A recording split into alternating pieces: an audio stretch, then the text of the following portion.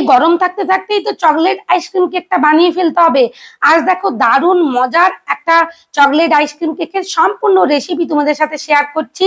আর দারুণ খেতে হয়, একেবারে অথেন্টিক একটা রেসিপি। সম্পূর্ণ দেখলে তোমরাও বাড়িতে বানাতে পারবে। দেখো এখানে আমি 3টে ডিম নিয়ে নিয়েছি রুম টেম্পারেচারে রাখা। এরপরে স্টেপ বাই স্টেপ এখানে আমি চিনিটা দিচ্ছি। এখানে চিনিটা যে আমি ইউজ করছি গুঁড়ো চিনি, আমি রেগুলার চিনি ওয়েট করে নিয়েছি ওজন মেশিনে, তারপরে গুঁড়ো করে নিয়েছিলাম। খুব ভালো করে দেখো এখানে আমি কিন্তু এসেন্সটাও মিশিয়ে দিচ্ছিলাম যখন চিনি আর ডিমটা মেশাচ্ছিলাম। এখানে এসেন্সটা মিশিয়ে দিয়েছি, দেওয়ার পর একসাথে বিট করে নিচ্ছি। চিনি আর ডিমটা এভাবে 5 থেকে 6 মিনিট বিট করলেই একটা ফোমি ভাব এসে যাবে। তোমরা দেখতেই পাবে একটা থকথকে ভাব এসে যাবে। সেই পর্যায়ে কিন্তু বিট করা থামিয়ে দিতে হবে। দেখো আমার খুব সুন্দর করে এখানে চিনি আর ডিমটা মিশে যাচ্ছে।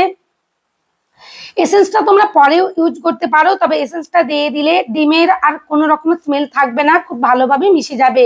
এখানে আমি ময়দা আর কোকো পাউডারটা স্ট্রেনারের সাহায্যে চেলে নিলাম। যেহেতু আমি এটা চকলেট কেক বানাবো, চকলেট আইসক্রিম কেক, সেজন্যই আমি এখানে কোকো পাউডার ইউজ করেছি। একই ডিরেকশনে দেখো যেভাবে আমি ফোম মাখাই সেভাবেই করে নিচ্ছি। তবে এটা কিন্তু সেই স্পঞ্জ কেকের রেসিপি নয়, আমি সম্পূর্ণ রেসিপি ডেসক্রিপশন বক্সে দিয়ে দেবো। তোমরা ভিডিওটা ভালো করে দেখে নিয়ে বাড়িতে ট্রাই করো, দেখবে অসাধারণভাবে বেকারির থেকেও ভালো একটা আইসক্রিম কেক বানাতে পারবে। এখানে আমি আগে থেকে একটা বেকিং ট্রে রেডি করে রেখেছিলাম, বাটার পেপার আর তেল কিংবা বাটার দিয়ে ভালোভাবে গ্রিজ করে ভালো করে কিন্তু আমি ব্যাটারটা চারিদিকে ইভেনলি স্প্রেড করে নিয়েছি। সমান করে এই কাজটা করতেই হবে কিন্তু ভালো করে। এরপর আমি আগে থেকে প্রিহিট করা ওভেনের মধ্যে কেবলমাত্র 20 মিনিটের জন্য বেক করে নিয়ে আসবো। সেই ফাঁকে দেখো চকলেট সসটা আমি রেডি করে নিচ্ছি। যেহেতু এটা একটা চকলেট আইসক্রিম বানাবো, 1/4 কাপ কোকো পাউডার, 100 গ্রাম এখানে আমি চকলেট নিয়েছি, আর 1/4 কাপ এখানে কনডেন্স মিল্ক আমি ইউজ করছি। কোনো রকমের গ্রাম সেভাবে ইউজ করছি না, কাপ হিসেবেই দেখিয়ে দিচ্ছি। এই 3টে উপকরণ নিয়ে আমি রান্নাঘরে চলে এলাম। এরপর দেখো কড়াইয়ের মধ্যে আমি 140 ml এর যে কাপটা, 1 কাপ আমি এখানে মিল্ক দিয়েছি, আর 1/4 কাপ যে কনডেন্স মিল্কটা নিয়েছিলাম সেটাই ভালো করে এখানে দিয়ে দিচ্ছি। খুব ভালো করে দুধ আর কনডেন্স মিল্কটা মিশিয়ে নিয়েছি। দেখো খুব ফুটছে, এখানে দুধটা গাঢ়ই হয়ে যাচ্ছে। চিনিও আমি এখানে 2 টেবিল স্পুন দিয়ে দিয়েছি। তোমরা চিনিটা দিতেও পারো, নাও দিতে পারো, মিষ্টি যে যেমন খাবে। এরপর আমি এখানে 2 টেবিল স্পুন ভরে ভরে মিল্ক পাউডারও দিয়ে দিলাম। ভালো করে আমি এভাবে 5 থেকে 6 মিনিট দুধটা ফুটিয়ে নিয়েছি। একটা গাঢ় ভাব এসে গেছে। এই পর্যায়ে দেখো কোকো পাউডার আর চকলেট যে নিয়েছিলাম, চকলেটটা দিয়ে দিয়েছি কড়ার মধ্যে। ভালো করে স্প্যাচুলা দিয়ে দেখো আমি এখানে মিশিয়ে নিচ্ছি।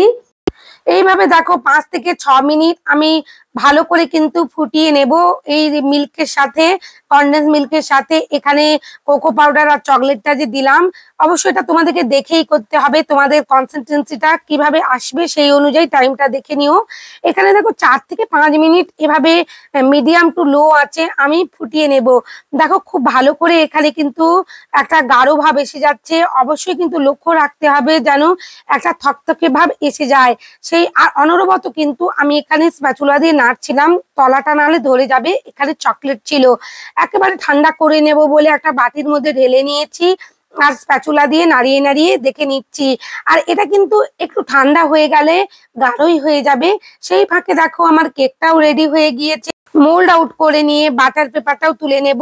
সেই ফাঁকে দেখো যাদের তোমাদের এরকম ধরনের ওপেনিং মোল্ড নেই, আমি আগে যে ম্যাঙ্গো আইসক্রিম কেকের রেসিপিটা শেয়ার করেছিলাম আমার ওপেনিং মোল্ডের সাহায্যে, কিন্তু যাদের কাছে ওপেনিং মোল্ড নেই তারা কিভাবে একটা আইসক্রিম কেক বানাবে সেই টেকনিকই কিন্তু আমি এই ভিডিও শেয়ার করেছি। এখানে বাটার পেপার বড় করে নিয়েছি, যে বেকিং পেপারগুলো আমরা ইউজ করি। আর এখানে পাউন্ড কেকের দেখো একটা মোল্ড নিয়ে নিয়েছি, তার মধ্যে সমানভাবে এখানে কিন্তু দিয়ে আমি কেটে নেব সাইজ করে, চারিদিক থেকে সমানভাবে, তোমরা ভিডিও দেখেছো। এরপর দেখো এখানে আমি ধীরে ধীরে একটা ব্যালেন্স নাইফ দিয়ে চারিদিকটা ছাড়িয়ে নিলাম। আর দেখো এখানে খুবই নরম, খুবই সাবধানে কাজ করতে হবে। আমি একটু তাড়াহুড়োই করছিলাম, সেই জন্য কাজ করতে গিয়ে বারবার আটকে যাচ্ছিল আর সাইডের অংশ থেকে ছিঁড়ে যাচ্ছিল। তোমরা কিন্তু খুবই সাবধানে কাজগুলো করো। এরপর বাটার পেপারটাও তুলে নেব। এখানেও আমি তাড়াহুড়ো করেছি, দেখো কেকটা উঠে চলে আসছিল, আমি সেটা ম্যানেজ করে নিয়েছি। তবু তোমরা কিন্তু সাবধানে কাজগুলোই করো। এই স্পঞ্জ কেকটা এমনিতেই কাটতে হবে ছুরি দিয়ে মাপ অনুযায়ী, তবু সমানভাবে বেরোলে ভালোই হতো। যা হোক, যা হচ্ছে হয়েছে। এরপর দেখো এখানে আমি মাপ করে নিচ্ছি কতটা লম্বা কতটা চওড়া, এখানে স্কেলের সাহায্যে। আর চারিদিক থেকে বাটার পেপারটা সমানভাবে কিন্তু ভেতরের অংশে স্প্রেড করে নিয়ে একটু বাইরের দিকে কিছুটা করে বের করে রেখেছি, যাতে সমানভাবে তুলতে পারি আমি আইসক্রিমটা সেট হওয়ার পর। আর এখানে স্কেল দিয়ে অবশ্যই কিন্তু মাপ করে নিতে হবে মোল্ডের মাপটা চওড়ার দিকে আর লম্বার দিকে। দেখো আমি এখানে মাপ করে যতটা নিয়েছিলাম স্কেল, সেই অনুযায়ী এখানে ছুরি দিয়ে আমি কিন্তু স্কেল বসিয়ে কেটে নেব। এইভাবে আমি দুটো কেটে নেব লম্বা দিকে, তারপরে আর দিকেও আমি তিনটে কেটে নেব, চারটে কেটে নেব। ভিডিও দেখানো প্রসেস অনুযায়ী বানিয়ে নিও। একটু হয়তো ঝামেলার সময় সাপেক্ষ, কিন্তু অসাধারণ খেতে হয়। বাড়ির জন্য যদি বানাও অবশ্যই বানিও। আর যদি তোমাদের কাছে এরকম ধরনের চকলেট আইসক্রিম কেকের অর্ডার আসে অবশ্যই অর্ডার নিও, এই প্রসেসে বানিয়ে দিও। দেখো এখানে ধীরে ধীরে আমি স্পঞ্জটা বসিয়ে দিয়েছি। এরপর সাইডের অংশ থেকেও কিন্তু স্পঞ্জটা আমি বসিয়ে দেব আস্তে আস্তে করে কেটে কেটে।